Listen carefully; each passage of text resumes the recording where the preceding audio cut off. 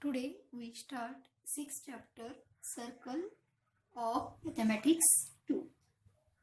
First we recall some terms related to circle. आपण वर्तुळाच्या संदर्भात ज्या काही टर्म्स शिकलेलो होतो ते अगोदर आपण उजळणी करूया. In the adjoining figure name the following terms. बघा सोबतच्या आकृतीवरून आपल्याला काही नावं लिहायची आहेत. First, we write the name of center.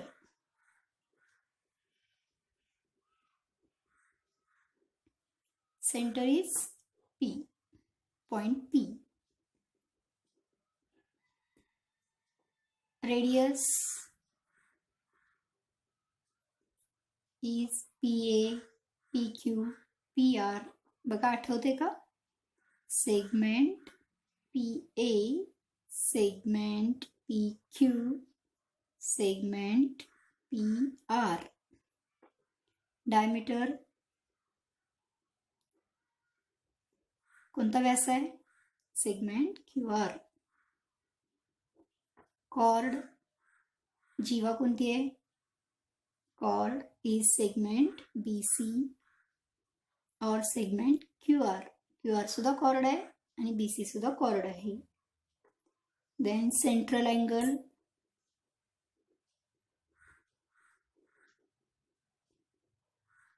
angle RPA or angle QPA. बरोबर. ही सगळी नावं आपण लिहायला शिकलेलो होतो किंवा ह्या सगळ्या टर्म्स आपल्याला माहिती आहेत. आपण परत एकदा आता या प्रकरणामध्ये शिकणार आहोत. ह्या टर्म्सची आपण थोडक्यात अगोदर आता ज्यांच्या व्याख्या डेफिनेशन्स बघूया. थोडक्यात काय काय आहेत त्या. आता सगळ्यात पहिल्यांदा आपण बघूया वर्तुळ. वर्तुळ कशाला म्हणायचं?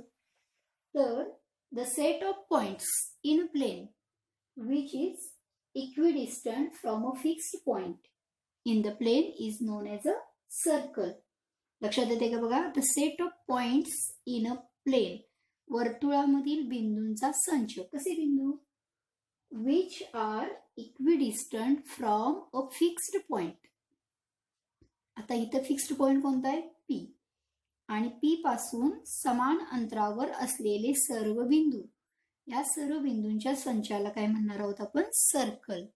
तर this is a definition of a circle. मग सम, आता पुन्हा आपण ती डेफिनेशन सुद्धा लिहून घ्या आणि नंतर सम टर्म्स लिहायचे आहेत आपल्याला. काही गोष्टी, काही टर्म्स रिलेटेड टू सर्कल. आता आपण ह्याच टर्म्स लिहिणार आहोत, फक्त आपण थोडक्यात त्यांचे अर्थ बघणार आहोत. सेंटर कशाला म्हणणार? तर the fixed point is called as a centre of the circle. Fixed point जो आहे, जो स्थिर बिंदू आहे, त्याला आपण काय म्हणणार आहोत? सेंटर. Then radius. रेडियस कशाला म्हणणार? तर centre and any point on the circle. बघा segment joining centre and any point on a circle is known as a radius. Radius कशाला म्हणणार आहोत आपण? वर्तुळाचा केंद्रबिंदू आणि वर्तुळावरील कोणताही बिंदू, म्हणजे P आणि A जोडला की PA काय झाली? Radius. PQ is a radius. PR is a radius. Then diameter. Chord अगोदर बघूया आपण. कॉर्ड कशाला म्हणणार? तर chord segment joining any two points on the circle. वर्तुळावरील कोणतेही दोन बिंदू, segment joining any two points on the circle is known as a chord. जीवा. बघा P आणि C बिंदू वर्तुळावर आहेत त्यामुळे BC काय झाली? जीवा. Q आणि R बिंदू वर्तुळावर आहेत त्यामुळे ती झाली जीवा. आता डायमीटर कशाला म्हणणार मग? Diameter means cord passing through the centre. अशी जीवा की जी वर्तुळाच्या केंद्रबिंदूतून जाते त्याला काय म्हणतो आपण? डायमीटर. आता रेडियस आणि डायमीटर जर बघितली तर लक्षात येते का? बघा रेडियस आणि डायमीटर मध्ये रिलेशन काय असणार आहे, तर diameter is twice its radius.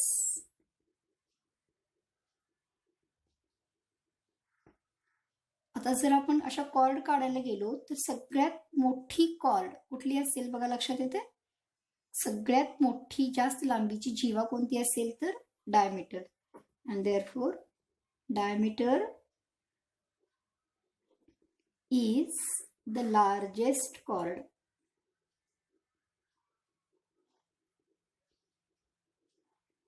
of the circle. वर्तुळाची सर्वात मोठी जीवा म्हणजे काय असणार आहे, वर्तुळाचा व्यास. तर सेंट्रल अँगल कुठल्या म्हणणार, सेंट्रल अँगल म्हणजे काय, तर the angle with vertex as a centre, असा कोन की ज्या कोणाचा शिरोबिंदू हा वर्तुळाचा केंद्रबिंदू असेल त्याला म्हणणार आहे आपण सेंट्रल अँगल. म्हणून इथं आपण काय नाव लिहिले बघा, RPA. RPA म्हणजे पी हा कोणाचा शिरोबिंदू आहे, तो म्हणजेच काय, वर्तुळाचा केंद्रबिंदू आहे, म्हणून त्याला म्हणणार आहोत आपण central angle. Now we see circles in a plain.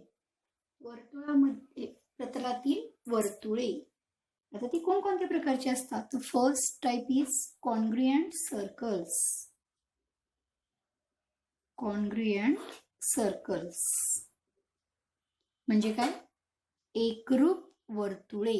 जसं रेषाखंड एकरूप असतात, कोण एकरूप असतात, तसे वर्तुळे सुद्धा एकरूप असतात. कॉन्ग्रुएंट सर्कल्स कशी असणार आहे, तर having same radii. Circles having same radii are known as a congruent circles. ज्या वर्तुळांची त्रिज्या कशी आहे, समान आहे, त्या अशा वर्तुळांना म्हणणार आहोत आपण congruent circles. Second type is concentric circles.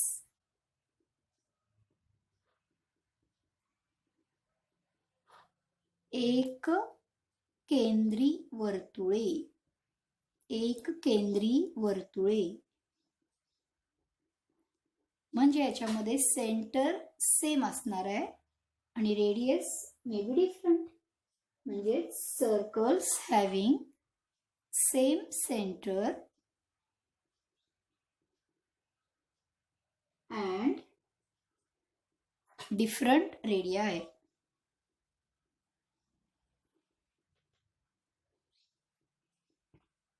R known as a concentric circles. लक्षात येते. तिसरा टाइप आहे circles intersecting in a point. म्हणजे एका बिंदूत छेदणारी वर्तुळे असं आपण त्याला म्हणू शकतो. मग याच्यामध्ये दोन वर्तुळ अशी आपल्याला हवी आहेत की ज्यांचा कॉमन पॉइंट किती असेल, फक्त एक आणि एकच कॉमन पॉइंट असेल, त्याला म्हणतो आपण circles intersecting in a point. एका बिंदू छेदणारी, त्याला आपण आणखीन एक म्हणतो टचिंग सर्कल्स, स्पर्श वर्तुळे. आता ह्या आकृतीमध्ये जर बघितलं तर दोन वर्तुळ आहेत, त्यांच्या radius may be different and centres also different. म्हणजे इथं different centres,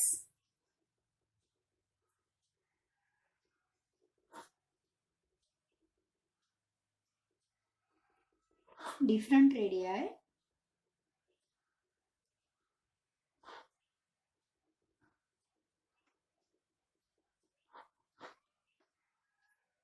and having one common point.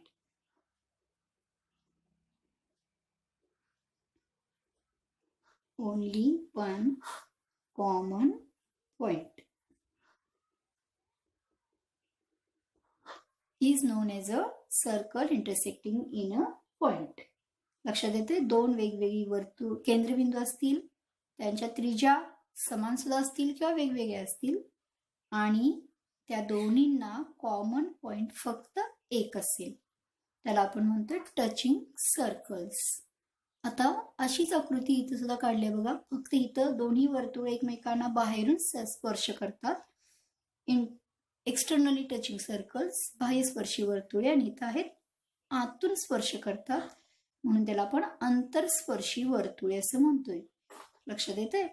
या वर्तुळाचा हा केंद्रबिंदू आहे, दुसऱ्या वर्तुळाचा इथं केंद्रबिंदू आहे आणि ते दोन्ही जोडले की आपल्याला इथं टचिंग पॉइंट एक मिळतो.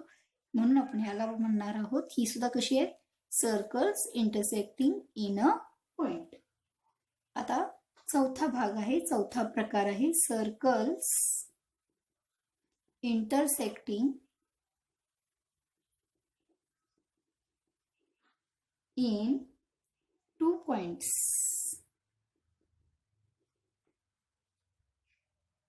ज्याला आपण म्हणतोय छेदणारी वर्तुळे. इथं सुद्धा वर्तुळांचे सेंटर्स डिफरंट असतील. रेडियाय मे बी डिफरंट और सेम. त्यामुळे different centres,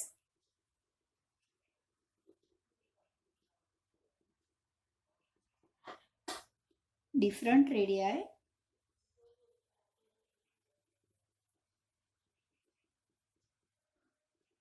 and 2 common points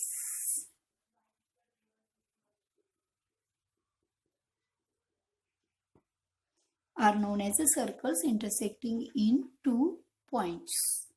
आता या सगळ्या आकृत्या काढून घ्या आणि पेज नंबर 76 वर